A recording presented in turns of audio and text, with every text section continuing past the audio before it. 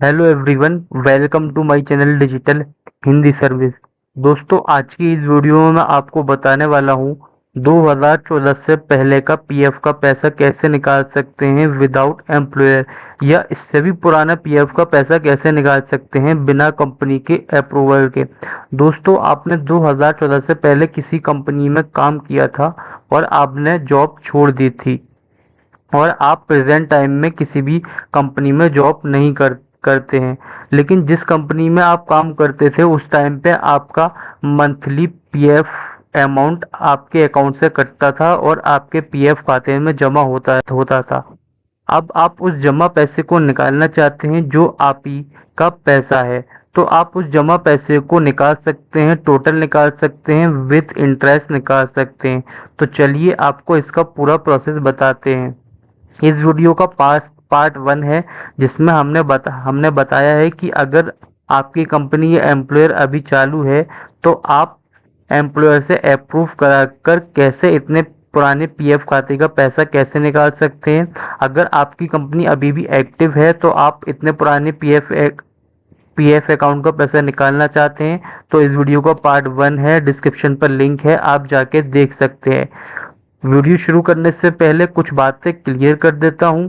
अगर आपने 10 साल से कम समय के लिए जॉब की थी तो पीएफ का टोटल पैसा विद पेंशन निकाल सकते हैं, और अगर 10 साल से ज़्यादा समय के लिए जॉब की थी यानी आपका जॉब पीरियड 10 साल से ज़्यादा था तो आप पीएफ का पूरा पैसा नहीं निकाल सकते। सिर्फ पीएफ का पैसा निकाल सकते हैं, पेंशन का पैसा नहीं निकाल सकते। पेंशन का पैसा आप तभी निकाल सकते हैं जब आपकी उम्र 58 साल या उससे ज़्यादा है। और दूसरी बात यह है कि 2014 से पहले यूएएन नंबर नहीं हुआ करता था, सिर्फ पीएफ नंबर हुआ करता था। 2014 में ईपीएफओ ने ऑनलाइन सर्विसेज के लिए यूएएन नंबर लॉन्च किया था। इसके अलावा अगर आपके पीएफ अकाउंट में 3 साल तक कोई लेन देन नहीं होता तो आपका पीएफ खाता निष्क्रिय कर दिया जाता है, इनएक्टिव कर दिया जाता है।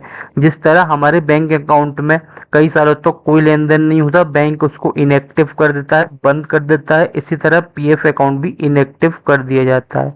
तो अब सवाल ये उठता है, क्या ऑनलाइन ईपीएफओ पोर्टल पर पीएफ क्लेम फॉर्म सबमिट करके इतने पुराने पीएफ अकाउंट का पीएफ निकाला जा सकता है? तो इन दो बातों से साफ हो जाता है, अगर आपका इतना पुराना पीएफ खाता है तो उसका यूएन नंबर होगा ही नहीं, क्योंकि उस टाइम पे यूएन नंबर नहीं हुआ करता था। और अगर इतना पुराना पीएफ अकाउंट है तो आपका जो पीएफ खाता है वो इनएक्टिव हो गया होगा। तो इन दो बातों से ये साफ हो जाता है, अगर आपका इतना पुराना पीएफ खाता है तो उसका यूएन नंबर होगा ही नहीं, पीएफ अकाउंट इनएक्टिव हो गया होगा। जब यूएन नंबर ही नहीं है तो ऑनलाइन पीएफ निकालना पॉसिबल नहीं है। अगर कोई ऐसा क्लेम करता है तो वो गलत करता है और आपको फेक जानकारी देता है, जेन्युइन जानकारी नहीं देता है। लेकिन ऑफलाइन के माध्यम से पूरा पैसा निकाला जा सकता है, और आप पोस्ट के जरिए पीएफ क्लेम फॉर्म सबमिट करके उसके साथ डॉक्यूमेंट लगा के संबंधित पीएफ ऑफिस में भेज सकते हैं, तो भी आपका क्लेम निकल सकता है। या फिर आप ऑफलाइन डायरेक्टली संबंधित पीएफ कार्यालय में जमा कर सकते हैं, तब भी आपको पीएफ का पूरा पैसा आपका मिल सकता है। तो इसका स्टेप बाय स्टेप आपको पूरा प्रोसेस बताते हैं कि आप ऑफलाइन कैसे जमा कर सकते हैं, कुरियर या पोस्ट के जरिए अपना फॉर्म भर के उसके साथ डॉक्यूमेंट लगा के कैसे भेज सकते हैं। सबसे पहले तो कुछ जानकारी है जो आपको अपने पास रखनी है ताकि पीएफ क्लेम फॉर्म के साथ भरने में आपको आसानी हो। सबसे पहले तो आपको अपना पीएफ नंबर पता करना है कि आपका पीएफ नंबर क्या था। पीएफ नंबर आप पता कर सकते हैं, आपकी सैलरी स्लिप में हो सकता है या आपके एम्प्लॉयर के रिकॉर्ड में हो सकता है, उससे कोई डॉक्यूमेंट हो उसमें आप देख सकते हैं। इसके अलावा हमने एक वीडियो बताई है जिसमें इसका प्रोसेस बताया है, आप जाके देख सकते हैं। कंपनी का नाम क्या था, आपकी डेट ऑफ ज्वाइनिंग क्या थी, डेट ऑफ एग्जिट क्या थी, अगर इसके बारे में आप जानकारी हासिल करके रख लेंगे तो ये आपके लिए ठीक होगा। कोई भी आपके एम्प्लॉयर कंपनी से संबंधित डॉक्यूमेंट हो जिसमें आप काम करते थे तो आप उसको संभाल के रख सकते हैं, जैसे कि कंपनी का पुराना आई कार्ड, कंपनी का ऑफर लेटर, अगर एम्प्लॉयर कंपनी का जॉब से संबंधित कोई भी लेटर आपके घर में आया था जिससे ये साबित होता है कि आप उस कंपनी में काम करते थे, वो भी आप रख सकते हैं। पुराना बैंक स्टेटमेंट जिसमें आपकी सैलरी क्रेडिट होती थी उस टाइम का आप स्टेटमेंट या पासबुक हो तो वो रिकॉर्ड आप रख सकते हैं। कोई भी ऐसा डॉक्यूमेंट जो उस एम्प्लॉयर से संबंधित हो जिसमें आप काम करते थे और जिससे साबित होता हो कि आप उस कंपनी में काम करते थे, वो आप रख सकते हैं।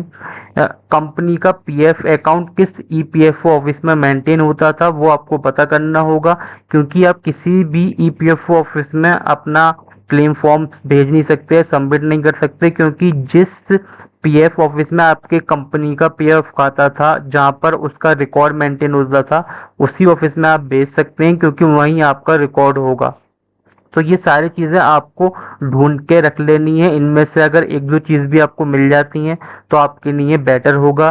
पीएफ नंबर अगर आपको मिल जाए तो वो सबसे ज्यादा बेटर होगा, क्योंकि इससे ही आपका वहां पर रिकॉर्ड मिलेगा। तो इसके लिए आपको ईपीएफओ पोर्टल से कंपोजिट क्लेम फॉर्म डाउनलोड करना होगा। डिस्क्रिप्शन पर लिंक है, आप डाउनलोड कर सकते हैं। इसको कैसे बनना है वो भी मैं आपको बताऊंगा। इसके साथ आपको एक एप्लीकेशन लिखनी होगी कि आपका एम्प्लॉयर उपलब्ध नहीं है और आप इस कंपनी में काम करते थे जो कि अब बंद हो गई है। एप्लीकेशन कैसे लिखनी है, हमने अपना एक ब्लॉग लिखा है जिसमें कंप्लीट जानकारी बताई गई है कि आप इतने पुराने पीएफ अकाउंट का पैसा कैसे निकाल सकते हैं, उसमें आप देख सकते हैं। इसके अलावा Aadhaar card, PAN card, bank passbook या फिर कैंसिल चेक लगा सकते हैं। अब आपको बैंक डिटेल वो लगाएं जिसमें आपकी सैलरी क्रेडिट होती थी। अगर वो अकाउंट आपके पास है और चालू है तो आपका क्लेम ज़्यादा मजबूत होगा। इसके अलावा अगर आपके पास आधार पैन नहीं है तो कोई भी आईडी प्रूफ जैसे कि ड्राइविंग लाइसेंस, पासपोर्ट, उसके अलावा कोई भी वैलिड डॉक्यूमेंट आप लगा सकते हैं। मोस्टली आधार पैन आजकल सभी के पास होता है तो आधार पैन से आपका काम चल जाएगा।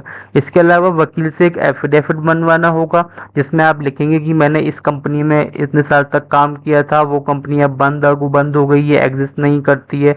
सारी डिटेल आप उसमें डालेंगे, वकील आपको लिख कर दे देगा जिसमें आप शपथ देंगे कि मेरे द्वारा दी गई जानकारी सत्यपूर्वक ठीक है। इसके अलावा अगर आप चाहते हैं कि एफिडेविट का फॉर्मेट देखना चाहते हैं कैसे लिखा जाता है तो हमारे ब्लॉग पे है, डिस्क्रिप्शन पर लिंक है, आप जाके देख सकते हैं। इसके अलावा जैसे कि मैंने ऊपर बताया था एम्प्लॉयर रिकॉर्ड, जिस कंपनी में आप काम करते थे उससे संबंधित कोई भी प्रूफ जैसा कि मैंने ऊपर बताया है।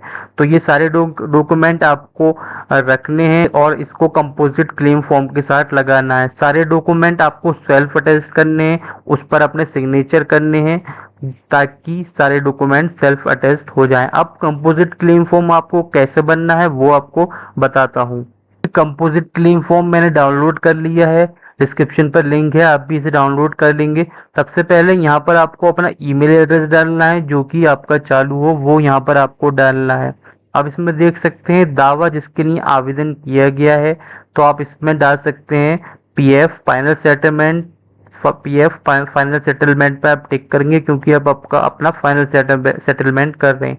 Name of the member in capital letter में आपको अपना नेम भरना है। इसके अलावा फादर नेम या फिर हस्बैंड नेम आप यहाँ पर डालेंगे। इसके अलावा यूनिवर्सल अकाउंट नंबर यानी यूएन नंबर, तो यूएन नंबर आपके पास होगा ही नहीं। अगर यहाँ पर आपके पास यूएन नंबर नहीं है तो आपको पीएफ नंबर यहाँ पर डालना होगा। तो पीएफ नंबर पता करना बहुत ज़रूरी है, तो आपको पहले पीएफ नंबर पता करना है और वो यहाँ पर डाल देना है। यहाँ पर आपको आधार नंबर डालना है, अपनी डेट ऑफ बर्थ डालनी है एज पर डॉक्यूमेंट। इसी तरह डेट ऑफ ज्वाइनिंग यहाँ पर आपको डालनी है कि आपने आपकी कंपनी कब ज्वाइन की थी। इसके अलावा डेट ऑफ एग्जिट आपको यहाँ पर डाल देनी है, यहाँ पर आपको डाल देनी है। इसके अलावा अगर आप फॉर्म 15G या 15H टैक्स बचाने के लिए भरना चाहते हैं तो आप लगा सकते हैं। 15G और 15H कब लगाते हैं, इसकी ज़रूरत कब पड़ती है, इसकी मैंने वीडियो बनाई है, डिस्क्रिप्शन पर लिंक है, आप जाके देख सकते हैं। इसके अलावा रीज़न ऑफ लीविंग सर्विस, नौकरी छोड़ने का कारण, जैसे कि इसमें दे रखा है सेवा समाप्ति, खराब स्वास्थ्य, या इनमें से आप कोई सेलेक्ट कर सकते हैं। अदरवाइज इनमें से अगर कोई रीज़न नहीं है तो आप व्यक्तिगत कारण पर्सनल रीज़न सेलेक्ट करके यहाँ पर लिख सकते हैं।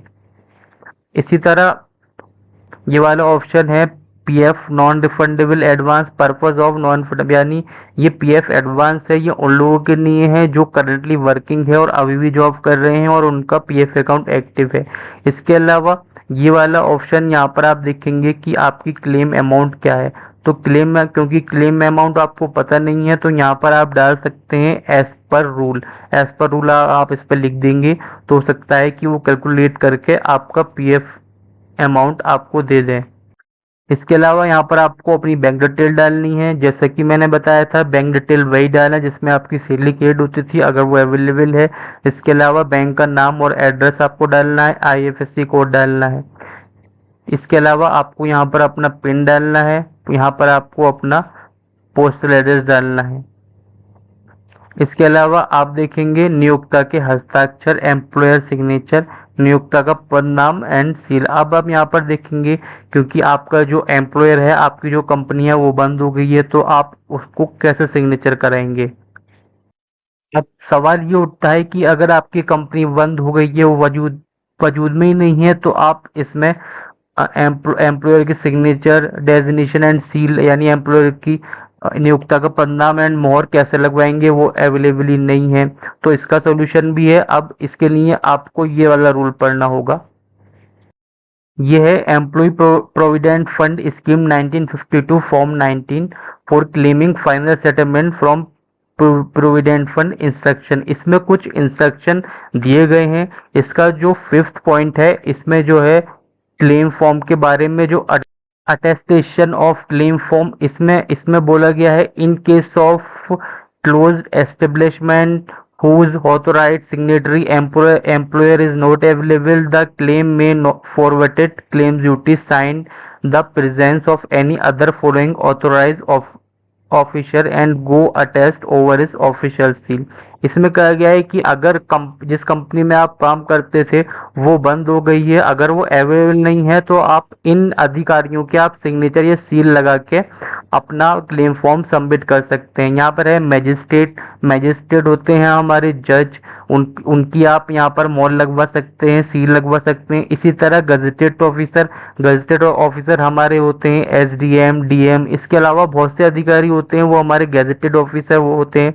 इसके अलावा पोस्ट और सब पोस्ट मास्टर, यानी जो हमारा इंडियन पोस्ट है उसमें उसकी कोई ब्रांच है या हेड ऑफिस में उसमें कोई पोस्ट मास्टर या सब पोस्ट मास्टर है, तो उससे आप इस फॉर्म को अटैच करा सकते हैं। इसके अलावा प्रेसिडेंट ऑफ विलेज यूनियन, जैसे कि हमारे गांव के मुखिया होते हैं या फिर प्रधान होते हैं, तो उनसे आप सील लगवा के और उसके सिग्नेचर करा सकते हैं। इसी तरह president of the village panchayat, ये भी वही है जो हमारे मुखिया, या फिर उनसे आप करा सकते हैं। इसके अलावा चेयरमैन, सेक्रेटरी, चेयरमैन जो होते हैं नगर पंचायत के, आप उनसे करा सकते हैं। मेंबर ऑफ द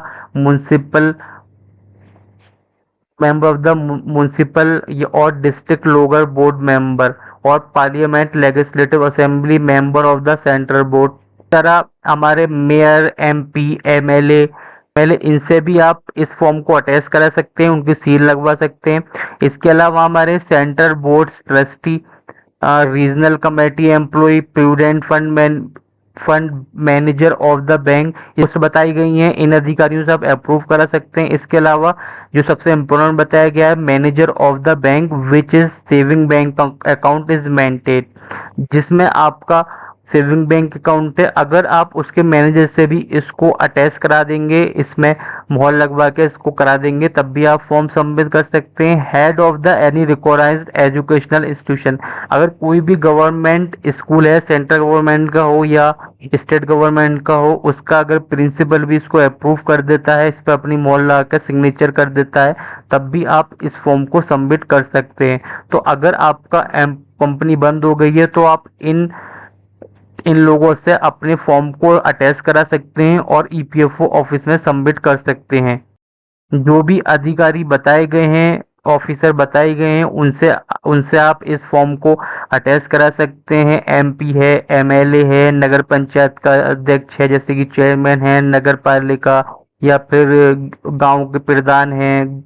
इसके अलावा किसी सेंट्रल गवर्नमेंट या फिर स्टेट गवर्नमेंट के प्रिंसिपल हैं, और आपका गैजेटेड ऑफिसर है जैसे कि डीएम, एसएसपी, इसके अलावा बहुत सारे ए ग्रेड गैजेटेड ऑफिसर होते हैं, उनसे आप इस फॉर्म को अटैच करा सकते हैं। एमपी, एमएलए जैसे मैंने बताया, इसके अलावा मेयर है, उनसे आप करा सकते हैं।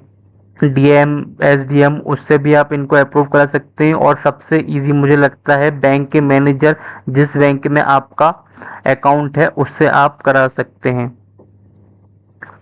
तो इस फॉर्म को आपको भर लेना है। जैसे कि मैंने आपको बताया, यहाँ पर आपको ईमेल डालनी है, मोबाइल नंबर डालना है और ठीक तरह से इस फॉर्म को आपको भर लेना है। आपकी कंपनी बंद हो चुकी है तो जो अधिकारी आपको बताए थे या फिर जो पोस्ट आपको बताई गई थी उनसे आप इस पे सील लगवा सकते हैं। और जो डॉक्यूमेंट आपको बताए गए हैं वो डॉक्यूमेंट आपको इसमें सारे लगाने हैं। वो डॉक्यूमेंट थे, एक तो था एप्लीकेशन जिसमें आपको लिखना था कि आपका एम्प्लॉय उपलब्ध नहीं है, कंपनी बंद हो गई है, तो आप इस फॉर्म को अप्लाई कर रहे हैं। आधार कार्ड, पैन कार्ड की फोटो स्टेट, उसमें आपको सेल्फ अटेस्ट करना है। सेल्फ अटेस्ट का मतलब ये होता है कि आपको उस पर सिग्नेचर करने, सारे डॉक्यूमेंट आपको सेल्फ अटेस्ट करने हैं। आधार कार्ड, बैंक पासबुक अगर आपके पास है वो लगा सकते हैं। इसके अलावा कैंसिल चेक भी आप लगा सकते हैं। एफिडेविट आपको बनवाना है, एफिडेविट ऑलरेडी सेल्फ अटेस्ट होता है तो वो आपको लगाना होगा। इसके अलावा कोई भी एम्प्लॉयर रिकॉर्ड, जिस जिस कंपनी में आप काम करते थे उससे संबंधित कोई भी प्रूफ हो आपको लगा देना है और उसको भी आपको सेल्फ अटेस्ट करना है। तो सबसे पहले आपको कंपोजिट क्लेम फॉर्म नॉन आधार वाला डाउनलोड करना होगा, इसका मैंने डिस्क्रिप्शन पर लिंक लिया है। इसको आपको पूरा भर लेंगे। जो अधिकारी आपको बताए गए थे और जो भी आपको पोस्ट बताई गई थी उनसे आपको उसे अटैच कर लेना है। उनकी सील लगेगी और सिग्नेचर होंगे। उसके अलावा आप अपने सिग्नेचर वहां पर करने हैं। जब फॉर्म आपका कंप्लीट हो जाएगा तो आपको डॉक्यूमेंट लगाने हैं, एप्लीकेशन लिखनी है, एप्लीकेशन को साथ में लगाना है, आधार कार्ड लगाना है, पैन कार्ड लगाना है, बैंक पासबुक या कैंसिल चेक लगाना है और कोई भी आईडी प्रूफ हो वो आप लगा सकते हैं। इन सबको सेल्फ अटेस्ट करना है, एफिडेविट लगाना है और एम्प्लॉयर रिकॉर्ड जिस जिस कंपनी में आप काम करते हैं वो आपको लगाना है। तो ये सारे डॉक्यूमेंट आपको तैयार कर लेने हैं। तो सबसे पहला ऑप्शन तो ये है कि आपको वो पीएफ ऑफिस पता करना है जिसमें आपके एम्प्लॉयर का रिकॉर्ड मेंटेन होता था। तो आप डायरेक्ट उस पीएफ ऑफिस में जा सकते हैं, उसमें जाना ज़्यादा बेटर हुआ। वो आपको पूरी डिटेल बताएंगे और जो इन डॉक्यूमेंट में कमी होगी वो आपको बता देंगे। इसके अलावा दूसरा ऑप्शन ये है कि वो बहुत ज़्यादा दूर है, आप उस पीएफ ऑफिस में जा नहीं सकते। तो आप एक चांस ले सकते हैं, आप इन डॉक्यूमेंट को पूरा भर के एक A4 साइज का लिफाफा लाएंगे। उस लिफाफे में आप उस पीएफ ऑफिस का एड्रेस लिखेंगे, टू करके उसमें डालेंगे। फॉर्म में आप अपना नाम लिखेंगे, सन ऑफ लिखेंगे, एड्रेस लिखेंगे, मोबाइल नंबर वगैरह लिखेंगे। उसको आपको स्पीड पोस्ट से भेजना है यानी इंडियन पोस्ट से भेजना है, क्योंकि इंडियन पोस्ट से आप अगर भेजेंगे तो आपके पास पूरा रिकॉर्ड रहेगा और सरकारी रिकॉर्ड में वो दर्ज हो जाएगा। उसमें आपको सारे डॉक्यूमेंट भेजने हैं। यहाँ पर ऑलरेडी आपका मोबाइल नंबर, ईमेल होगा। अगर आपके सारे डॉक्यूमेंट उन्हें सही रखते हैं कि ये जो आपने फॉर्म भरा है ये सब कुछ ठीक है, तो वो आपके अकाउंट में आपका फंड ट्रांसफर कर देंगे। और अगर आपको उन्हें लगेगा कि भाई इसमें कुछ कमी है या आपका रिकॉर्ड नहीं मिल पा रहा है तो वो आपको या तो कांटेक्ट कर सकते हैं, या फिर कांटेक्ट नहीं करेंगे तो वो आपको ये फॉर्म आपका पेंडिंग में भी जा सकता है। तो आपको थोड़ा वेट करना है। हो सकता है कि 1 महीने में या 2 महीने में या 2-3 महीने का वेट करना है। अगर आपका अमाउंट आ जाता है तो ठीक है, नहीं आता है तो आपको पीएफ ऑफिस जाना पड़ेगा। अगर आपके पास पीएफ ऑफिस पास में है तो आप डायरेक्टली चला जाएं, या वहां पर जाना आपका पॉसिबल है तो आप जा सकते हैं। वो जाना आपका बेटर रहेगा। तो अगर आपको वीडियो अच्छी लगी हो तो हमारे चैनल को सब्सक्राइब करें, वीडियो को लाइक शेयर जरूर करें। इसके अलावा पीएफ से रिलेटेड आपकी कोई भी क्वेरी हो तो कमेंट में हमें जरूर बताएं, हम उस पर वीडियो जरूर बताएंगे। Thank you for watching.